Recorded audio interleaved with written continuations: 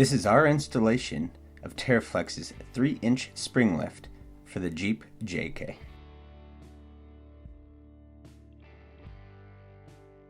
Remove the track bar bolts using a 21mm socket. You'll need to remove both the front and rear track bar from the vehicle.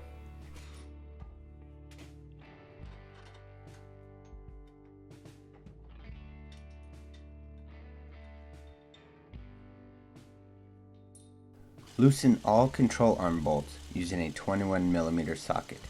Do not remove the arms or bolts.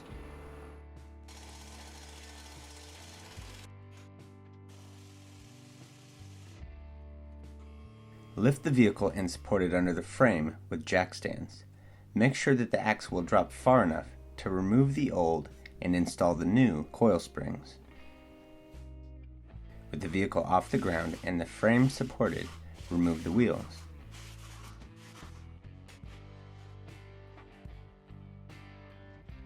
Support the rear axle with a jack and slightly lift it 1 or 2 inches so that it is easy to remove the bolts from the shocks and sway bar links. Remove the shocks using an 18mm socket and wrench for the axle side bolt and a 16mm socket for the frame side. Remove the sway bar links using an 18mm socket and wrench.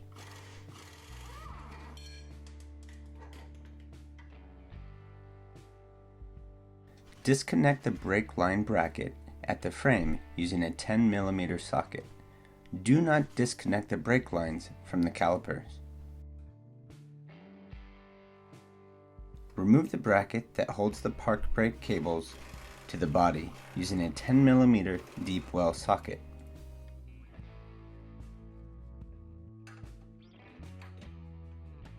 I save these nuts for later.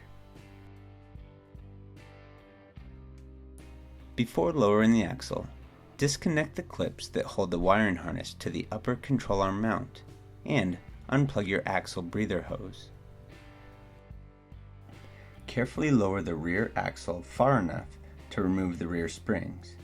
Be careful not to let the coils fall out as you lower the axle.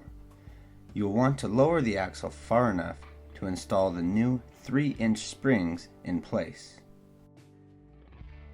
Use grease and install the new upper spring guide spacer by popping it into the factory location. Install the factory isolator on the new spring guide spacer. Do not forget to reuse the factory spring isolator. If the isolator is left out, your ride height will be about ½ inch lower in the rear. The isolator also helps dampen noise. Install the new rear springs.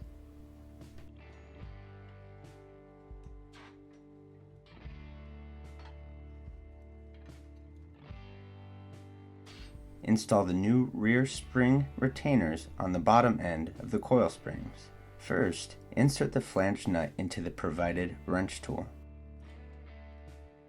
Insert the bolt with lock washer on top of the flat plate into the rear lower spring retainer.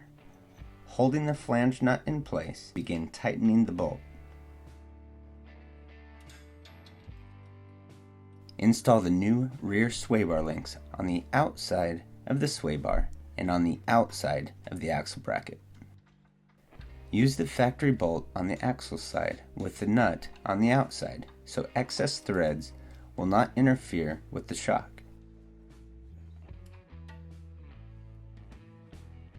Install the rear brake line extensions provided in the kit. Bolt the bracket to the factory brake line bracket by removing the 10mm bolt and installing the bracket in the location with the bend of the bracket going flush with the frame. Repeat this for the other side. Install the new rear track bar bracket by removing the lower control arm bolt.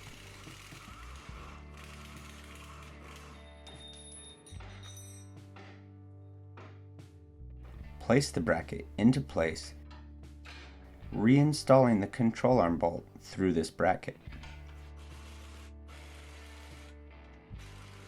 Install the supplied bolt and sleeve into the factory track bar location.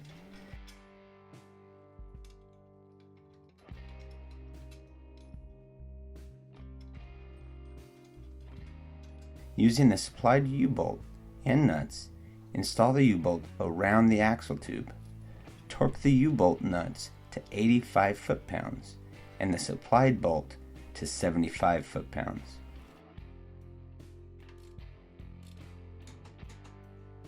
For our installation, we will be using the TeraFlex Speed Bumps for our bump stops. Install the rear TeraFlex Speed Bumps with the cylinder towards the front of the vehicle by placing the studs into the factory hole locations. Using a 1/2 inch wrench, torque the supplied nuts to 30 foot-pounds. Install your new rear shocks using the factory hardware.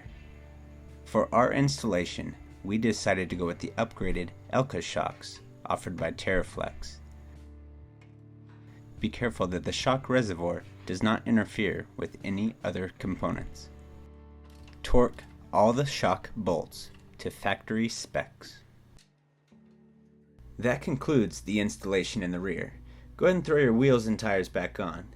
If you're going to be using the stock wheels and tires, make sure you have a wheel spacer to provide adequate spacing for your new ride height. Click here for TeraFlex's JK 3-inch spring lift, Part 2.